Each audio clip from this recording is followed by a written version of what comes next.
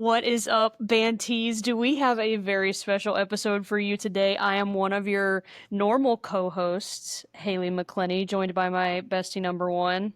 Sam Fisher, how we doing? And Sam, we have the coolest person I think in the history of sports joining us Just for saying. this episode today.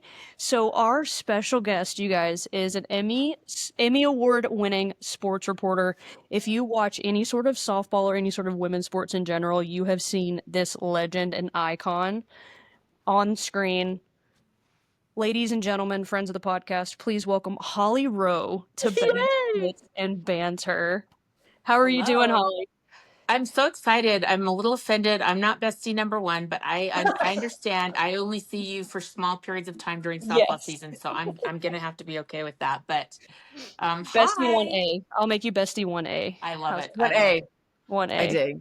Yeah. Amazing. Welcome to Um, the pod. Halo. This is so great. Look at this. We got a good trio today.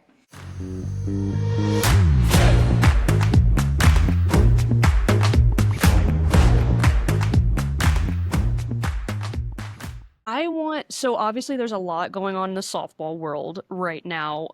I would love, Holly, if you could give us like your biggest takeaways from the selection Ooh. show. Mm. I'm so curious because you were there in studio, right? Like getting the bracket live as we were all just eating our popcorn on the couch. Like, what were your like overarching thoughts about the bracket? Yeah, I think it is a wildly competitive bracket, but I do think there's good competitive balance. Here's where I call us lay people, like we're not the professionals as far as the committee goes. And I've actually gone and had to do what they call a mock selection committee exercise before, where you pretend like you're the committee. I've done it for college basketball, I've done it for football. So I think I have some insight onto what we as the public think is like, oh, this should be so simple. Why did they do this? Why do they do this? When you're in the committee room, it's very different. So the first thing I will say is I looked at the bracket and I was like, holy bleep. Can we swear on this podcast? What are our ramifications? We've got a range. We got Young parents. We got people, parents. parents. We Okay, got. I'll keep it clean. Yeah. So I was like, holy bleep. My very first thought was Oregon is seated too low because, they're the regular season Big Ten champs. And Oregon has had an unbelievable season. And I think for them to win that league was really impressive and what they've done and the players that they have. And so that was my first reaction. But then if you really like start breaking down their numbers and their top 25 wins out of conference, and then how they finished, they really struggled at the Big Ten tournament. hmm And I'm like, okay, if you dig into it, I understand why, but that was literally my first gut reaction. What about you guys? Ooh. I think my one takeaway was Virginia Tech not hosting. I thought that they had a real shot. But what you're saying, I think, is so important for people to know that it's not as simple as it seems. And there's so many factors. But that one stood out to me a little bit. But then you bring up the ACC tournament and you see like if they performed a little better, maybe they host. But Halo, I know we've talked since Sunday, but Yeah, so whenever the bracket comes out, and maybe this is just me, like I don't want to look ahead because regionals are super fun, but I always like to know what those potential supers matchups are going to be. So mm, my immediate thought was I was most intrigued to see where Texas Tech was going to end up for supers because I mm, didn't think that they had a strong enough resume to host a super, but I thought they were going to get sent to an SEC team. So I was like, which team are they going to seed Texas Tech at 15 to send them to a 2 Oklahoma? I felt pretty confident that A&M and Oklahoma were going to get the number one and number twos, but the Alabama Oklahoma lining up in supers just like immediately sent me back to like Marissa Home Runyon and that whole like shabacle and shebang. Plus Alabama took the regular season series from them, so and two, I thought it was super interesting that they matched up LSU and Tennessee. And mm. like I get that that's where the seeding falls, but if the seeds hold, there are going to be some absolute blockbuster supers. And No doubt. It's like the World Series. It's like the supers are the new World Series because that's the level of competition. And then you're talking yes, about Texas Tech. So if they win out, they would end up going to Florida State if Florida State right. wins out. And that's another high level because nobody in the country wants to see Nigeri Kennedy. You know, she leads the country in No. ERA. She's almost unhittable right now. I think her ERA is like 0.81, 0.081. So If it starts with a 0, that's pretty darn it's good. bad. Yeah, nobody's It's hitting her. scary. So yeah, I think it's really Right. interesting. And I did what you did, Haley, is I kind of look at the possible supers. Now Mhm. listen, I think LSU has a really hard regional. I Oh, think yeah. Jordy Ball going to LSU, and Huge. oh my gosh, I wish I had my bracket right in front of me, but remind me who else, because I thought LSU's regional was really hard because I think they have 3 teams with 40 wins or more. Yes, They UConn have, regional. oh Go. yeah, Yukon and Southeastern as well as Nebraska. Yeah. Yes. So I thought that LSU had a really hard regional. So I think the good thing that we're talking about is it used to just be, I don't know, the top 5 teams are like, okay, we know who's going to win this all. What we're talking about this year, I think maybe more than I can ever remember, is the most parity we've ever seen. I mean, Yes. we've never talked about Texas Tech, Nebraska. Well, Nebraska's had some good years in the past. I shouldn't say that. They've been to the World Series. But I just think we're talking about a lot more teams, a lot deeper reach of talent. Talent is spread around. I just think that this might be our most exciting year ever because I literally, as we sit here today, have no idea who will win the World Series. Isn't And that so I haven't been fun? able to No say that in a clue. long time. No Yes. clue. No That's clue. Halo and I were talking about this, and I'm glad that this is kind of the transition in the conversation because I want to know what you think, Holly, in people talking about growing the game, right? Like I look at this bracket, I've seen comments, I think as somebody who went to a mid-major, I obviously understand that you're a little bit of an underdog, a little bit of a back against the ropes, but a lot of, why didn't this person get in? Why didn't this person get in? Blah, blah, blah. But then everything you just said, all that screams to me is growth in the game. That it feels like major growth. So I'd love to hear maybe a little bit more of your perspective on that aspect and the growth that we've seen. I think that's really accurate because so we experienced this a little bit the last decade in women's college basketball, where UConn was killing everybody by 30, 40 points for years. They went on Yeah. a 111 game win streak, a 70 game win streak, 82 That's game win ins- streak. It's like, it's insane, right? Like it was insane. And I remember people always saying, well, this is bad for basketball. Them being so dominant is bad for the game. And I definitely think we are seeing that in softball where Oklahoma being dominant for so long. People are like, oh, it's bad for the game. Somebody else besides Oklahoma we need new blood. And I really disagree with that standpoint because what I saw in college basketball is that UConn being so good for so long forced other people to Oh. level up and to Oh, put more Mm. into recruiting and to be more dominant. And we saw Stanford. Tara Vanderveer spent her life trying to figure out how to beat UConn, and then she did. She ended one of those long win streaks. Dawn Staley at South Carolina, her program has become really the preeminent. And until UConn knocked them off this year, it had been South Carolina's world the last 5 years. right. LSU, Kim Mulkey, Notre Dame has elevated. We're seeing USC, UCLA, and so I feel like because you're chasing someone isn't bad. It means everybody has to be a better version of themselves. And we're seeing that in softball. And Oh, and now Oklahoma had to reload. They have 14 new players. yeah. Mm-hmm. And so that's gonna give other people an opportunity, even though they continue to win, which just blows me away. Yeah. Oh my So gosh. good. You're literally speaking mine and Sam's love language because we had this Yes. conversation too of like, do we like we are growing the game because we're forcing everyone to level up and to be better. And so if your resume is one of those on the bubble, like I think you can look back and say, well, should I have scheduled differently or should I have just won the games that I was supposed to win? Like either way, I think Mm. that's Right. at some point falls on your shoulders. I'm so glad you brought up Oklahoma because I, as a fan, am very sad that that SEC tournament championship didn't get played Ugh. against Texas A&M. I get it, like the weather was absolutely horrible. You guys still looked great in your hair and makeup, though, have to say. But I'm curious because you have such a cool perspective, Holly, where you're on the bench, you're like right by the dugout, like you can hear these conversations kind of happening when Oklahoma was going through the SEC tournament, was there anything that stood out to you culture-wise from them that you were like, okay, yeah, they're gonna make this huge comeback against Arkansas, or they're about to like blow the floodgates open? Well, it's so fascinating to me because there have been years past, like everyone just thinks, oh, Oklahoma, they're just going to win. And I remember last year that team had 10 players. I think there were 10 seniors on that team that got the four-peat.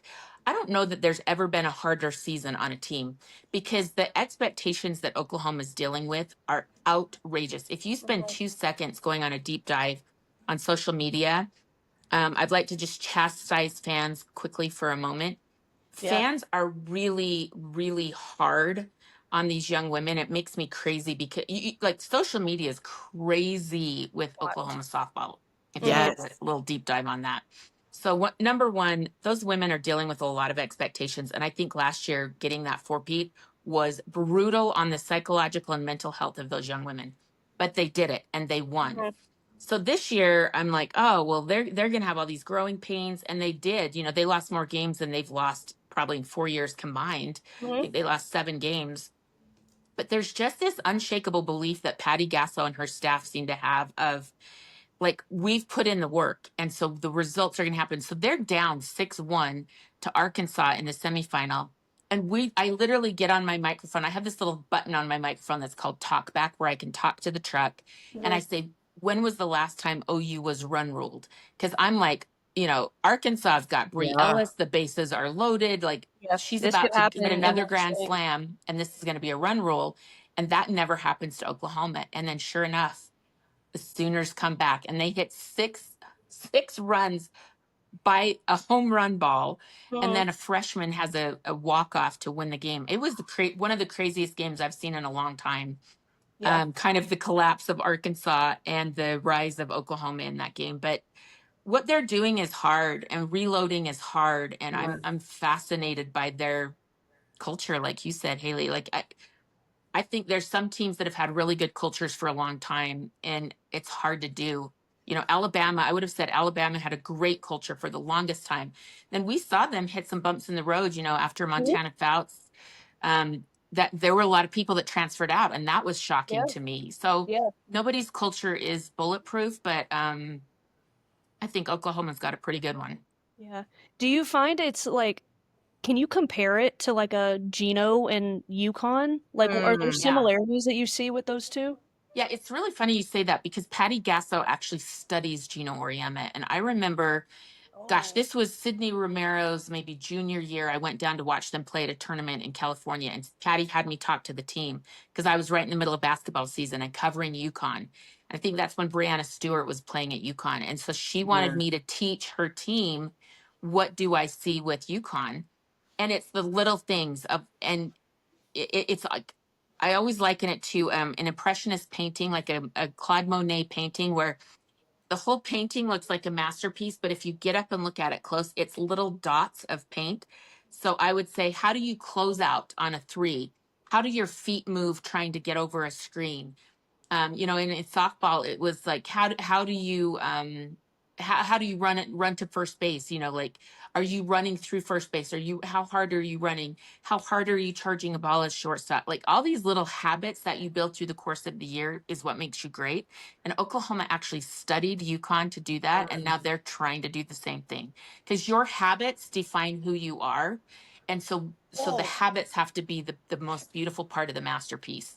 Oh, come on. that's I'm ready to so run through a good. brick wall. It I'm ready to run and through a brick wall right now. we we talked about this a few episodes ago about the argument for Patty Gasso being SEC Coach of the Year because of all of these reasons. Like it's a rebuild year. You don't know what's going to happen after losing the best class, arguably, in college softball. And now you go into the SEC first year and you say, whatever, we'll win it. We'll just win it.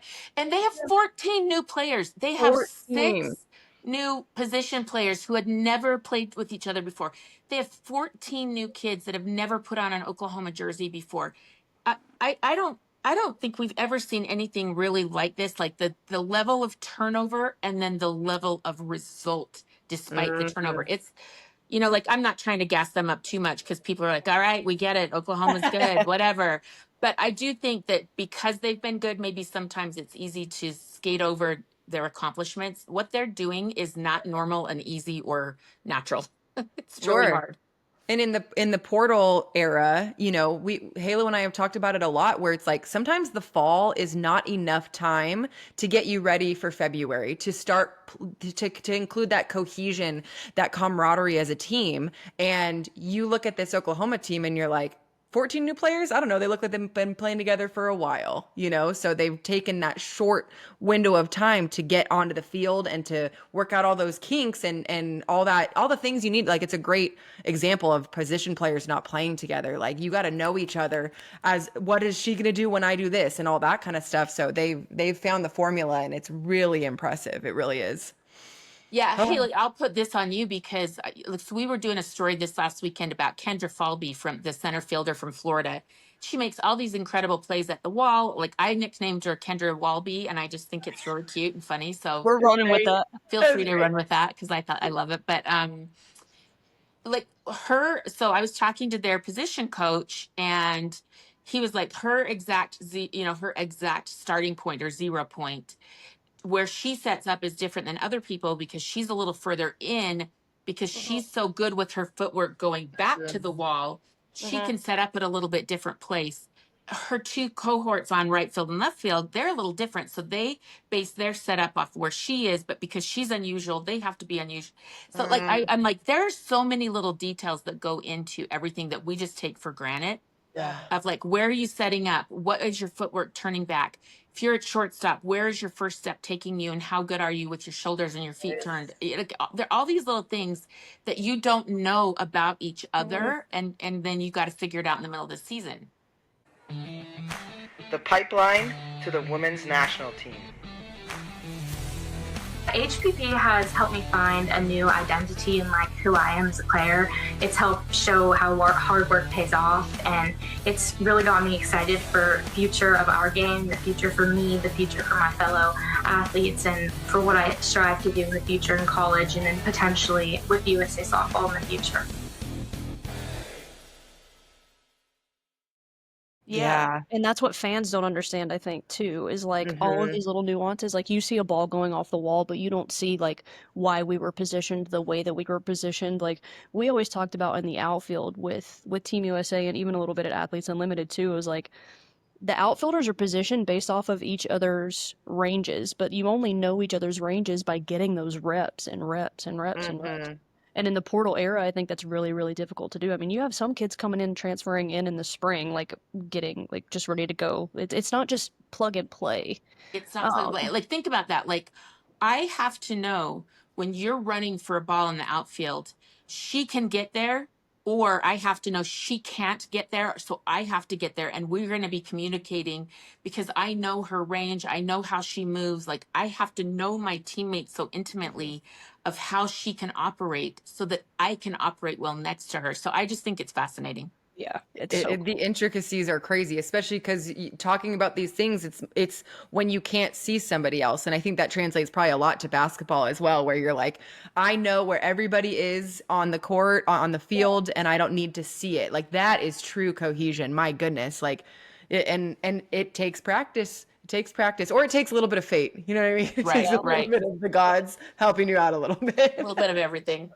for sure. Yeah, I'd be curious, going back to the SEC tournament a little bit with the way that A&M was playing. Do you guys think A&M would have taken that championship game? I mean, they came out and slaughtered some teams. So the real challenge I think is they were not going to. I feel like I'm cheating because I actually had gone into the dugout to ask the coaches who was starting, Okay. and neither ace was starting. So Oklahoma was not going to start Sam Landry, which I think Okay. probably will Really? shock some people, and A&M was not going to start Emily Kennedy, and so it was like, can you beat one of the best teams in the conference not with your aces? Like I would say those two players are probably the aces right now, and Yeah. then they've kind Oh of yeah. got good pitching, good players, good role players, but not aces behind them. And so how are you going to win when it's your B, C, D level pitching staff behind them? Wow. This That's that actually awesome. shocks me a little bit, especially on the Landry side, because she threw so well against LSU. They get by Arkansas without her having to throw. Like that's a normal, Friday, Sunday start. I thought for sure. Sam was gonna go. I Wow. did too. So I was shocked, but I really think that both Patty Gasso of Oklahoma and Trisha Ford at Texas A&M are playing a long game because they are more than likely going to meet at the World Series. Like I Yeah. would now.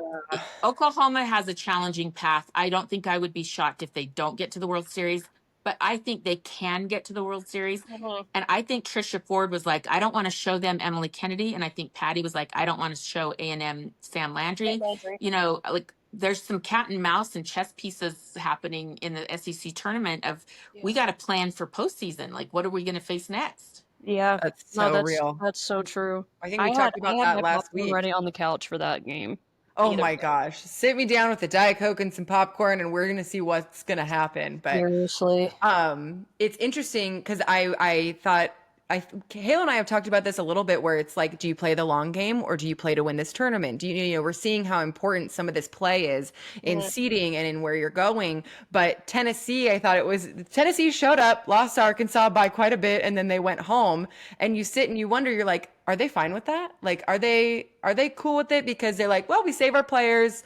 We're going to be rocking and rolling for regional. So teams like that, you know, they're going to host, they're going to be fine. Do you think that it's like, oh, it's not a total bummer that we lost out? So I have had a lot of conversations with coaches through the years about conference tournaments, right? Because some people, so the way Tim Walton has described it to me this year, I thought was really an easy way to say it is every team has a different agenda. Sure. So Florida last year, their run through the SEC tournament and then winning the SEC tournament allowed them to move up in the RPI and the strength of schedule and all this stuff so that they could host. And so last year, Florida needed that run in the SEC tournament to be able to host. This year, they didn't. Right. And this year, like they were going to host whether they lost on day one or won the championship. I don't think that Florida's seeding was going to change much based on their results of the SEC tournament. So they lost early, and I think that was probably, you know, no one ever likes to lose. Don't get me wrong, but it's not the end of the world because they are not counting on that for seeding.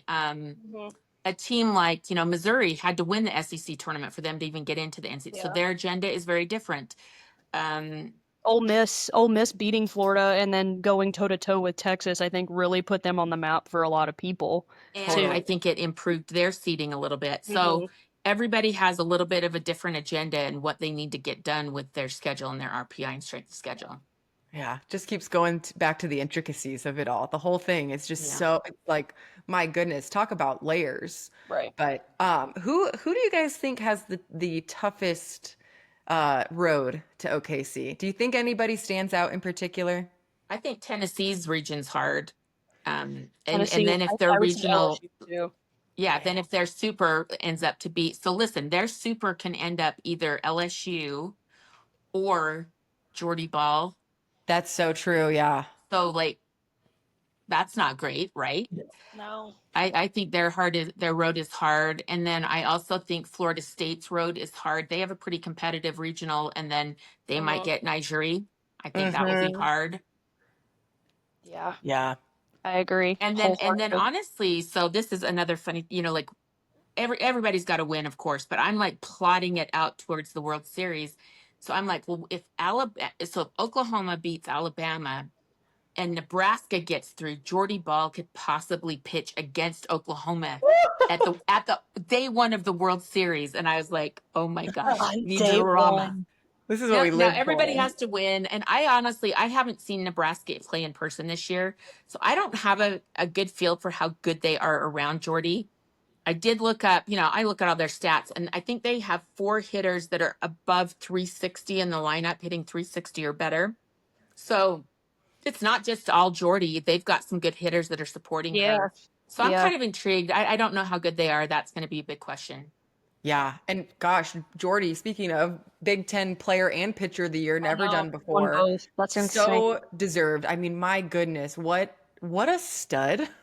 Yeah, that's so big time. So that I agree, Holly. I think Nebraska is going to be a really interesting matchup in the regional. And then if they do go past it and get to the super. But man, I didn't even think about that. Jordy throwing against Oklahoma. My goodness. That Yeah, could that happen. would be And that would then be absolute cinema. yeah, and then the other part of this is so Nigeri Kennedy has gotten Stanford to the Women's College World Series. Mhm. I think twice, right? Yep. Am I Yep, remembering that right? twice. Twice. Like, Mhm. And so could she lead a completely different team for a third straight trip to the World Series? That is a big storyline to me. And the other mhm. thing that I think people forget is Coach Jerry Glasso is a coach that was at Georgia for a long time as an assistant with Lou Harris Champer. And then he was at Louisiana and he just Mhm. got out to Texas Tech this year. He's a really good coach. He He is coaches great. hitting very well. I think they are also more than just Nigeria as a team. So how far can they go? That's a big storyline. Totally. Totally. And they That's just got a ton of reps in at Devon Park too, with the Big 12 tournament being there. So Yeah, exactly. it's that's I was thinking too that Texas Tech, I think, got the best possible road to OKC because Mhm. I mean, if they match up with FSU in supers, I think Florida State is a team that we have seen have such magic in May, and they've got Mhm. so much to play for. Like that's a tough team to go up against, but I think that this is the right team to go up against for Texas Tech For to sure. have the best shot that they can to make it to Uh-huh. OKC. That would be. One other question, though. I had one other question. Isn't Washington going to Lubbock too? Do I remember this correctly? I Yes, don't have my bracket right in front of it. Mississippi State is the 2 in that regional, and then Yes. Washington is the 3. Yeah. Yeah. I So, think it's like, really interesting. even though I do think Nigeria is the best player in the country, probably that's a hard that on paper is a hard regional. Now, Washington has not been as dominant this year, but the Alabama football coach, Kalen DeBoer, Yes. his daughter Is that plays for UW? Washington, and Mhm. she has been like one of the best players on that team all year, leading them in hitting. So she's going to be playing in Lubbock, and then Mississippi State. Like I don't think we should sleep on Mississippi State. They're a really good team. So I don't Yes. know Yeah. that's another sneaky good regional to keep your eye on. Yeah. That's a good point. Mississippi State knows how to score, and I think going up against a pitcher who's not giving up many runs, that's the offense you want to go into a matchup like that because they really know how to score. My goodness. 1,000%. I'm 1,000%. I'm curious. Sorry, Halo, but I'm curious how Virginia Tech's going to do in that Bama regional So because here's they know how to score as I well. was actually gonna bring this point up is like if you look at the final RPIs, Alabama was 17 and Virginia Tech was 14. Like Virginia Tech has a higher RPI than Alabama does, and Belmont, the 3 seed in that regional, is also a 40-win team. So it's like that is in and of itself a tough regional. Those two met in the regular season as well, and they split. Alabama won Mm, one, Virginia Tech won one, and Emma Lemley is really good. So she is. That I'm one's good. sweating Oh, because and my then one other one I Washington. just thought of too was so this stinks because the ESPN, we don't have the rights to Big Ten regular season softball anymore. So like I Hmm. haven't, this is the first time in my life I haven't gotten to see UCLA in person or, Mhm. Oregon or, some of these great teams that we're so used to. But Ohio State is a team out of the Big Ten. They lead the country in home runs. They lead the country in runs scored, home runs per game. And they're, I think, at Tennessee, if I'm not They mistaken. And are, I'm trying to yeah. figure out like home run power against Carlin Pickens. Like, this could be Oh. interesting. It really It, could be. Because as a hitter too, one of the things that we always talk about, like with hitting high velocity, is you don't have to swing that hard because nope. she's going to provide all the power. And you saw Yep. that with the Arkansas Grand Slam in the SEC tournament when Reagan Kramer hit that Grand Slam. She's a little lefty slapper. Like she's She's a not a little bad tiny hitter. thing. Like, are She's we allowed to call people tiny? Yeah. yes, no, Sure. she is this big, like Yeah. so small. And all she did was she just met the ball where it was and yachty, like it was out of here.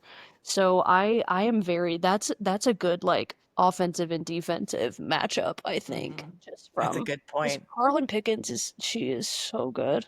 She's dominant. She's so good. Yeah. She lost that game and didn't give up an earned run. I felt bad for Uh, her because I'm like, well, Yeah, that's not fair. No, that's not that's fair. But tough. And Yeah. that's what I think Tennessee, that's kind of been their up and down issue from the beginning of season is like Carlin will throw lights out and then they will struggle to get a run or two across. So Mhm. Mhm. so if that carries into the postseason, I think they're going to be in a little bit of trouble when you've got an Ohio State. Halo and I have been saying all season, Ohio State is not a team you want to see at your regional. Nobody wants them to be picked to their spot. So if Yeah, Tennessee is finding that their offense is a little on the lower side, they could be in some trouble. 1,000%. Man. 100%. But some interesting ones, I thought too, like getting into the tournament. I thought, speaking of Big Ten, I know it's obviously different with the teams that are in it. Halo and I were like, oh, UCLA against Oregon, a classic Big Ten matchup. You know? I know. Um, I'm not there yet. I'm still mourning the Pac-12. I'm still sad Yeah. about that, to be honest with you. Well, RIP. As a West Coast girl and a Utah, grad, like, Yeah. I get that. Like, that's I'm got to sad be about so it. It's strange. so weird. I don't know. Yeah, it's been funky. But then you've got Michigan wins the Big Ten tournament. They beat UCLA and Oregon, who swept them. Oregon and UCLA swept Michigan. They're like, okay, see you later. And then they beat them both. They win the freaking Big Ten tournament and find themselves now in a regional where they might not have been. Right.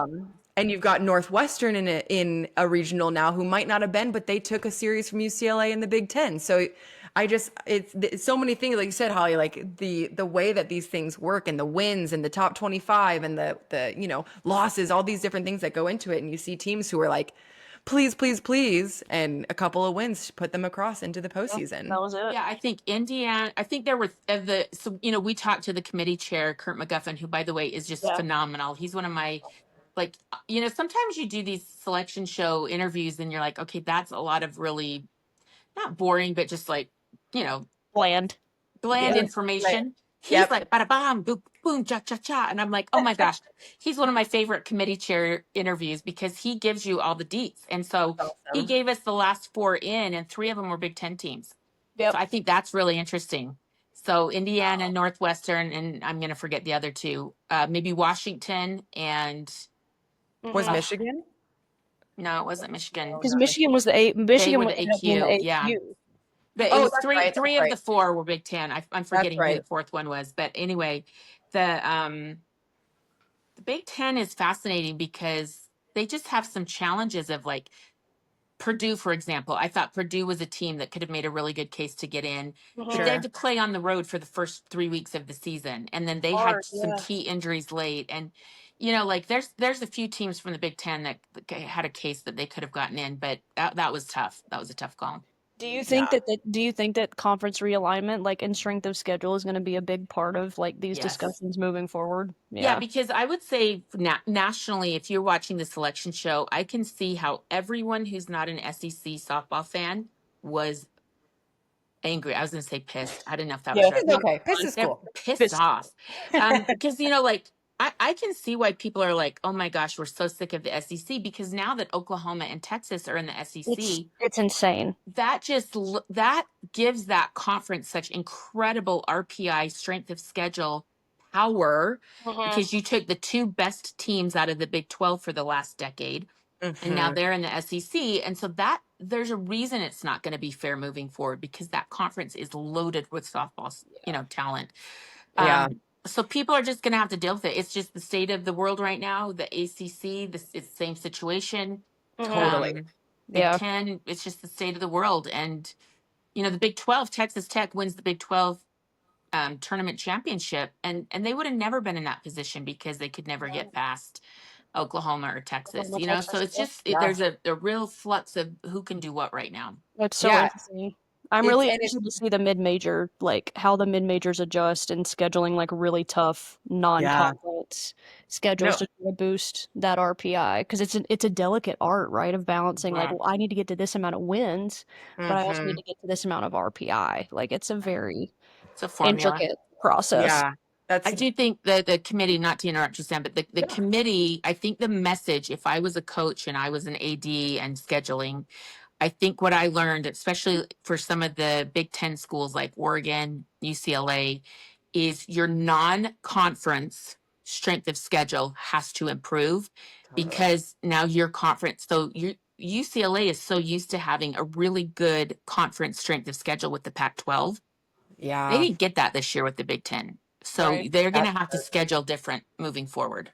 That's such a good point. And as like we played a pretty tough preseason schedule when I was at LMU, you know, you play in the Mary Nutter tournament, you play in Clearwater, you play, you put your backs up against the wall and you lose to some really good teams. But then by the time you hit conference, like, oh, we've faced UCLA, we've faced Florida, so now conference feels like we can win the games we're supposed to win. So it's like benefits in both ways. But it's funny. I wanted to say too, when we're talking about being sick of hearing about the SEC, when not so long ago we were sick of hearing about the Pac-10 before it was the Pac-12. Where it's like the shift and the growth. I just think it goes back to what we're seeing, like you said, parity in the sport. It's just across the board. It's you look back and you think back and you look where you're at now, and it's just it's just exciting. I feel really excited for the sport and where we're at. It's exciting. The only thing that I would say is a little bit of a negative. So Beth Mowins, like, first of all, I just want to give Beth Mowins a shout out and some serious love. If you guys saw the work and research that she puts into the selection show, like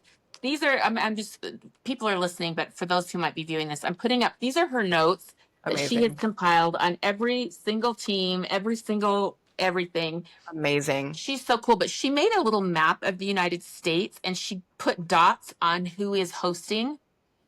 And it is 85% East Coast, Southeastern. Wow. And the middle of the country, like Big 10 country, Big 12 country, there was nobody. So I think that we're going to have to see some real change of thought for the Big 12 and the Big 10 of how they schedule and winning. You know, if people are mad, you got to win. You got to win to be able to host. But it was kind of sobering, like, oh my gosh, the palette, the dynamic of, I remember when Michigan became the first team ever to win that was east of the Mississippi River, win a World Series. Crazy. And now you look at how the shift, if you could just see this map of how the balance of power in softball has totally shifted. It's very interesting. That's such a good point. It is interesting. Wild. At Higginbotham, we put people first. Our specialists are here to serve you, the people you care about, and your success. Insurance, HR, and financial services. Inspired by you. Gosh, Man, this is so good. this is so fun. Amazing. Holly, thank you so much for taking the time to join us and give us your inside scoop into all of this stuff. We close out all of our episodes with special guests by them answering one question. I'm very curious to hear what your answer to this is going to be. But if you could give just any advice to your younger self, what would it be and why? Okay. This is such a good one because my former younger self, I think that I really struggled. I am a confident person in my abilities, but I was not always confident in my appearance or how I looked or if I was skinny enough or whatever. And I think that young women today are on social media a lot, and you get a lot of voices telling you what you should look like, who you should be, what you should do. And I think that I would tell my younger self, be the best version of yourself and only believe what you care about. So I'll tell you an example of what happened to me this weekend. So I had this man walk up to me at the SEC tournament, and he was probably 65 years old, bald, overweight, like scaly face, like not an attractive man whatsoever.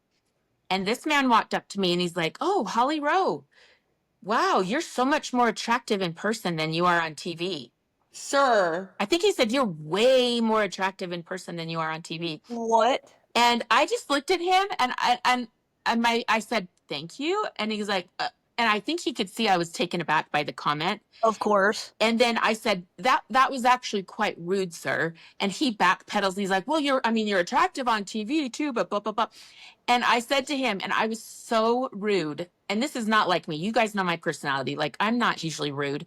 And I said to him, "I think that you should not comment on women's appearance, like the level of attractiveness." And in my brain, I wish what I had said was, you should worry about your own level of attractiveness before you say anything to someone else.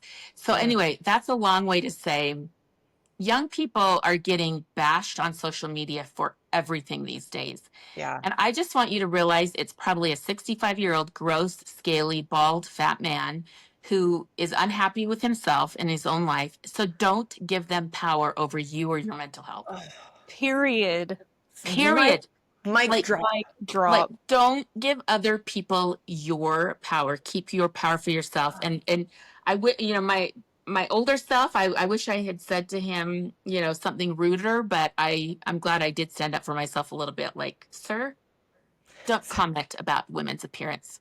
And in the back of my head, especially when you look as hideous as you do. But anyway, There you go. Slam dunk. but I just want our young people, number one, I would turn off comments on your social media. Like, we go there for the good, but needing the good also makes you see the bad, and then that hurts you. So these are incredible, confident, competent, kick-ass women that are playing these sports, and I want them to live in that power and own their power. I'm ready to run through a brick wall. Let's do it. And Such a good answer. that was a fantastic answer, and I'm really glad that you shared that, because something that I like, obviously as someone who watches and has seen you in action, like, you stand out to me because you radiate confidence. You're somebody who has accomplished so much in sport, in women's sports, in men's sports, in sports all the way around, that it's just so cool to see you as somebody who can look and see, I want to comment on basketball. I can do it because I see Holly Rowe doing it. And I think that it's something that is really inspiring. And we really appreciate you coming on and talking to us, because you're someone who has, like, as long as I've been around college softball, I've seen Holly Rowe. Like, yeah, exactly. And so we really appreciate what you do for our sport, what you do for women in sport, because we're talking about growing the game. And it's not just the athletes, it's not just the coaches, it's the media, it's everybody that goes into it as well, and how much you're part of growing this game and getting it to where we all know it can be. So I just want to personally thank you for that, because Thank you. you put in the work, and I'm sure it has not been easy at times. I'm sure there have been many other occasions where men be menning. Men be menning. I love that. Men be menning. So thank you, just personally, as being a role model and someone who we can look to in this sport, and know that you're making such an impact. Well, thank you. And thank you guys for having me. I have so many wonderful memories. Sam, we met at AU. I didn't get to cover you in college, but we got to have some fun times in AU together. But Haley, you are someone that I just loved so much. I think you know that. We did so many great stories about you when you were coming up and at Alabama for many years. And remember stalking your dad in the stands, and maybe a dog. Did I do a dog story about you? That's a memory I have. Timmy. Yes, Timmy. That is one that still, like, my mom still has it on her DVR at the house. Like, I love that. I think it was like from 2015 or something. Yes, 2015. So like we're a decade later, and I get to work with you now at ESPN. So I feel like your proud mother of, like, oh, these are my babies that grow up and get to still talk the game of softball. So I just love being here with you. Thank you. That's awesome. Thanks, Holly. That's so sweet. Oh, Thank you, Holly. Well, we'll be seeing you this weekend, and then the next weekends after that. You're going to be sick of me. We're going to be softballing it up. So my last thing I will say is I'm at the SEC tournament, and I had this thought, because I think this will be my 21st Women's College World Series, 21 years. And I think I really love softball because it is hot and dirty and buggy and disgusting. And I just unpacked my suitcase, and it's stinky and sweaty. And I was like, Holly Rowe, you must really freaking love softball, because it's not that pleasant all the time, and you still love it. So that's awesome. If stinky and smelly can't turn you away, then nothing's gonna. Nothing can. Bugs, nothing's gonna. Nothing can.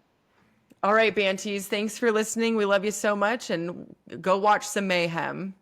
At this time, we would like to thank the USA Softball Store at usasoftballstore.com for our amazing gear this week. You guys can have the exact same gear that Samu and I have literally right now if you go to usasoftballstore.com. So go literally right now, and you can use code BHB15 right now and get 15% off your entire purchase. So buy a lot of stuff, get that 15%, let it all go to use.